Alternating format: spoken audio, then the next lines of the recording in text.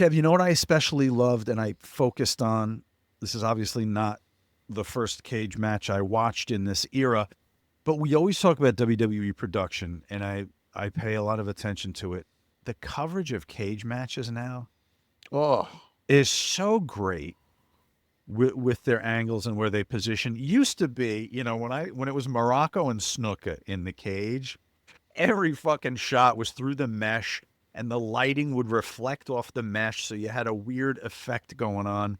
So you got excited for the cage matches, but the coverage was always shitty with the cameras. Now it's fucking phenomenal. well, that's the whole thing with everything. See, that's why it's like I don't know if the truck sweetened the Paul sound up, or if it just they mixed it. Like so, when the show started, I watched the first match, and somebody went through the fucking post somewhere, and they did the shoulder post spot, and they hit the round fucking post, not the squared red raw thing. Mm-hmm. So I said, "What the fuck, man?" I said, "You can't tell me that fucking the Teamsters are charging 20 grand to put the raw things on." So they said, fuck them." And then I sat there and I watched when Seth was walking to the ring, and did you notice like that the cage fit like if you would have had the square post it wouldn't fit. It fits right on the top of those, and there's like a fucking like a buffer that the cage goes down and it sits like it's just the whole thing just perfectly fits The together. Like, science of it all, yeah, yeah. yeah. And then another thing I thought that was really creative was when they did the superplex off the top of the cage, Mm-hmm. Oh yeah. that it was actually by the time they did it, it was just off the top rope. But the illusion was that they did it from a much higher because they brought it into the cage, and then Mm-hmm. and I thought that's to me I love that. Like, what are you guys doing? Okay, you gave the optical illusion that it was much higher than it was. It was Mm-hmm. probably maybe 2 feet higher than if you just didn't have a cage and went off the top turnbuckle. Yep. Still a superplex. No, it's tremendous. So I just love the emphasis on production. It's amazing. They really just it's a TV show. I have. It's been such a difference. Uh, and on top of that, man, it's just like I will go back and watch it during the week before the show because it's right there on Netflix. Mm-hmm. Like it's not bogging down my DVR where Tamara's like, "Are you gonna get rid of this shit?" Like it's right there, and I Mm. mean, so when I'm watching, I'll put a little note, like like I'll put notes for the time cues, so when I go back, I can just go to where I want to go Mm. on the time cue, so I can miss. I don't, but I say I don't have. I still don't have commercials. So Um, I would love to know if we could find out somehow. I don't know if anyone out there listening has. I don't know if anyone works in Connecticut that listens to us. Maybe I don't know. How many cameras are in 19. a Raw? You know the number. It used to be 19. I mean that there was 19 different camera shots that the truck had to call Okay. from, Yeah.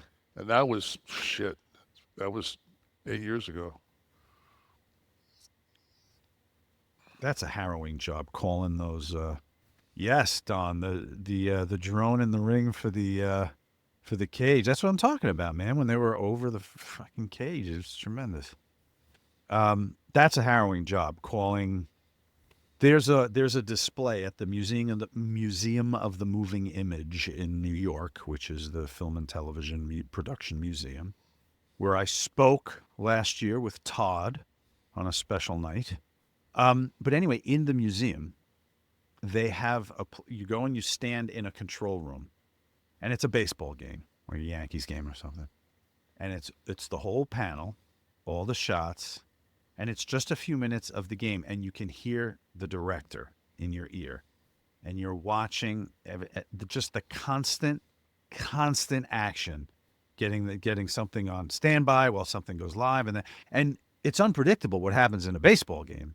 So in a second, you got to decide what camera. I'd flub the number of the camera, just ground ball down the third base line. You got to know which cameras are best positioned and what the numbers are. And just the activity. I don't know how these guys don't have nervous breakdowns while they're calling a baseball game like that. I mean, it's probably just a shorter version of what to me, being an air traffic controller has got to be the fucking worst. You can miss a shot in fucking wrestling. I was going to say it counts. It counts in Yeah. the way that the ground ball Ooh. doesn't. Yeah. Different ground ball. I was Um, talking to somebody about that whole American Airlines Blackhawk situation, and the guy, he's a guy from the gym, and he says to me, he goes, "I just didn't think that a Blackhawk would take a jet down." And I said, for the sake of argument, what if the fucking jet hit the Blackhawk dead in its side and the impact was the cockpit? I said, pretty much you're going to kill both your pilots and knock out all the fucking, like, everything that keeps the plane up. any change in force that affects the delicate dance that's happening between the airstream and planes have crashed after takeoff because of the tailwind Yes. from the previous plane being unpredictable and knocking the thing on its side. Of course, a fucking helicopter would do it. I Who mean, is this person?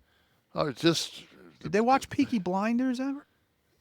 just the second half, the second part of the season.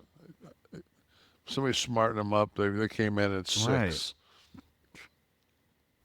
I don't want to get off Raw yet. I want to ask you about the cage match and the finish. First of all, where the hell did Roman come from? Because the crowd had about 3 seconds of Yeah, a that pop was before I saw him. yeah, that was clever. He couldn't have done the ramp. No, he came in from the side.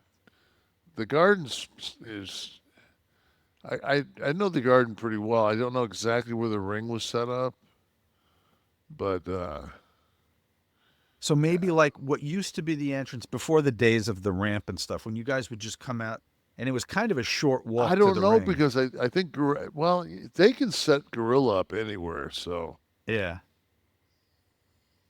Under where the hard cam is, maybe. Like, because there is that exit. I think it's a fan exit, but they could well, use that. that to me would be the place to have it where the hard cam is because you're taking those seats, so you Oh, can that's if true. you Right. can get him to there. Okay. You know, you can get him to there because Yeah. you got three hard cameras sitting right there. So it was a good finish, a good way to save Punk, right? Yeah, And still keep it all I fresh. I'm still trying to figure out how Paul Heyman just Appeared. miraculously showed up in the middle of the fucking The ring. drone dropped him from above. I'm just like, Roman's got him. I'm like, oh sweet, he's gonna curb stomp. And all of a sudden, I turn around and fucking Paul Heyman's doing the Betsy Ross with Punk in the ring. I'm like, what the fuck? Yeah.